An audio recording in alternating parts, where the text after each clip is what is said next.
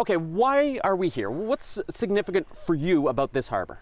Well, it's funny you mentioned that. This is my, this was the first job that I looked after start to finish as a project manager. I built the slipway here, actually of all things, a few years ago now. I think it was close on 20 years ago, but when you were trying to pick a location, I thought it was as good a place as any. Tell me a bit about the work that you've been doing, because you went to school as an engineer, you've been building wharves. What's the company that you are involved with do? So the company is J&E Enterprises, founded in 1983 actually. My father started the company and grew up in the business.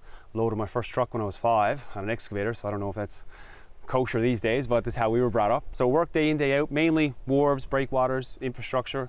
Went off, like I said, did a civil engineering degree. Speaking of family, the Manning last name, decently well known, I would say, in politics. A lot of people, and I'm sure you must get this question all the time, okay, how do you fit in with all the other Mannings that are involved in politics? Well, look, we have our family, the Manning family, the Crean family on my mother's side, have spent years in politics and community service and things, so yeah. So Fabian Manning, the senator. Oh, so Fabian Manning, the senator, that's my uncle. Okay. So my father's Eugene Manning. He's been the mayor of St. Bride's for going on 30 years now.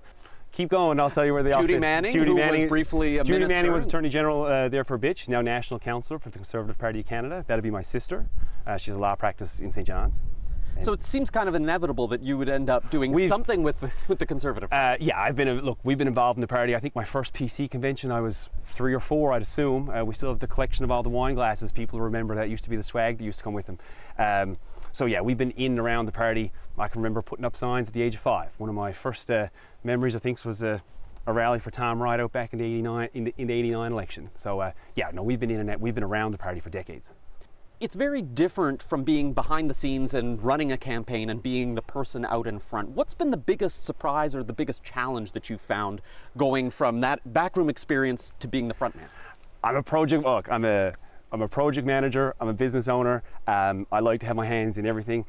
When you're out front and you're engaged and on the road and whatnot, you have to delegate and pass things off to the team behind, and I was president of the party for a number of years, so yes, on the back room, whether it be data or the mechanics of the campaign, letting go of that and passing that over to other members of my very capable team. It's been a challenge at times because I like to know where things are and how things are going. I like to keep my finger on the pulse, and I'm doing that, but realizing that you can't be everywhere and you have to delegate and find good people, I guess, you know, it's everything. You're better at it some days than others.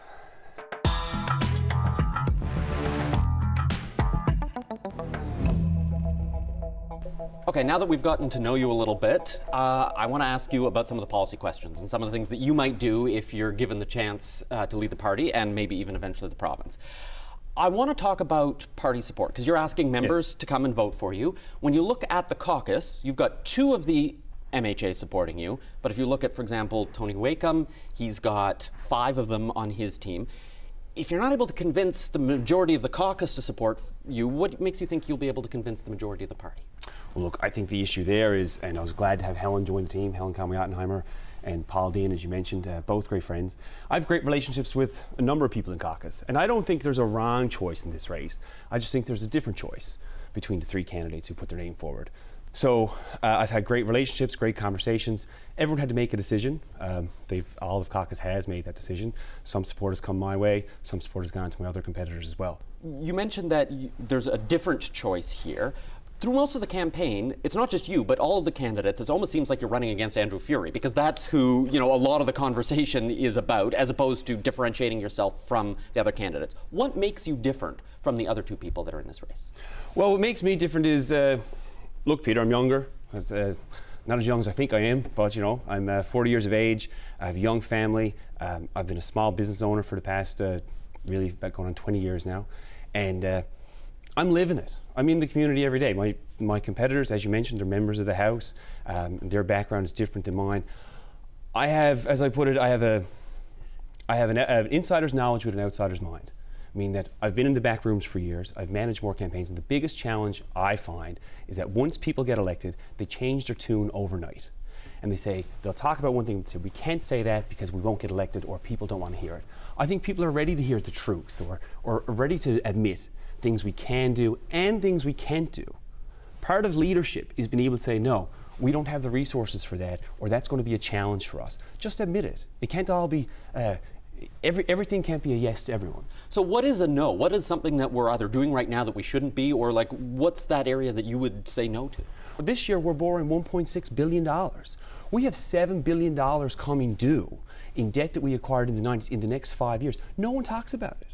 I mean, we can't continue to spend beyond our means. Some of the challenges we have, whether it be healthcare, cost of living, all of these things, the challenge is that it's another government rebate, it's more money for this, more money for that. There are other ways to be doing things. It doesn't have to be a cut, it doesn't have to be a no, but it has to be a new approach. Some of these things got to be broken down and started from the ground up. And until you acknowledge it, instead of just trying to throw another couple of million at this to get through this week, we got to be worried about next month, next year. I mean, we have problems coming at this province, and a lot of them are already here. And it seems like we address it in the short term, but no one is looking out saying, we can't afford that in 5 years, 10 years. Healthcare has been one of the areas that we have been increasing our spending, various bonuses to try and recruit doctors and nurses and things like that. What would you do differently if you were running the government that would address some of those shortfalls, especially for things like people who can't get family doctors? Look, it's a huge issue. Family care providers, primary care providers, I think it's 150,000 Newfoundland Labradorians now don't have a primary care provider. We need to expand the scope of practice for nurse practitioners, for pharmacists. We have to help clear the backlog there. I have no doubt. But hasn't the government already done that? There's a whole list of things that pharmacists, for example, can now do. They're adding nurse practitioners into these collaborative clinics. They are, and they've expanded their scope, but not to the full extent of training that those professionals have. Beyond that, I believe our government, look, I'm not here saying if Andrew Fiore had doctors available, I believe they'd be. I believe they are trying their best. We have a shortage in Newfoundland Labrador, we have a shortage in Canada, we have a shortage across the world. But what has to happen, once again, is more money. If we're all going to be bidding on the same doctors, Alberta, Ontario, these other provinces are going to be able to outbid us. They have a larger economy and larger resources.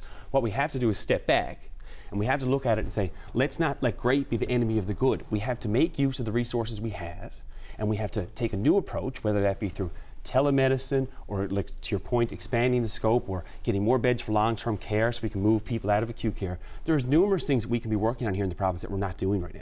I want to ask you about the relationship with the federal party. And you were at some events with Pierre Poilievre. I want to ask you, in what ways are you similar, or do your views align, and in which ways are you different? With Pierre Poilievre? Yeah, and the federal Conservatives. With the federal Conservatives, well, first of all, to be clear, I'm here seeking the leadership of the PC party of Newfoundland and Labrador, and I've been a volunteer and a member of this party for decades. I'm also a member of the Conservative Party of Canada, I believe, since its founding. And I would say a lot of the policies that the Conservative Party of Canada has relating to Newfoundland and Labrador, I had a strong part in crafting those, whether that be opposition to Bill C-69, which now has Bay to Nord on the shelf, whether that be championing our liquefied natural gas and trying to get that terminal built in Placentia Bay, or support for our seal hunt. But as it relates to the federal party, I think that a strong federal representative in Ottawa, and as someone who understands and realises the challenges of Newfoundlanders and Labradorians, is going to be good for this province. The next Prime Minister of Canada is going to be Pierre Poilievre or Justin Trudeau. Who do we think best represents our values right now and what we need here as a province? Is it the carbon tax and Justin Trudeau, or is it someone who, like Pierre Poilievre, who is speaking about the cost of living and housing and all the challenges that you already just mentioned? Before I let you go, I want to ask you about your political future, irregardless of what happens on October 14th. Will you run in the next election, even if you aren't chosen as the next leader? Yes, I plan to run the next election when it comes, even if I am not chosen as the next leader. Excellent. Well, thank you so much for coming in and sharing some of your thoughts. I appreciate the time.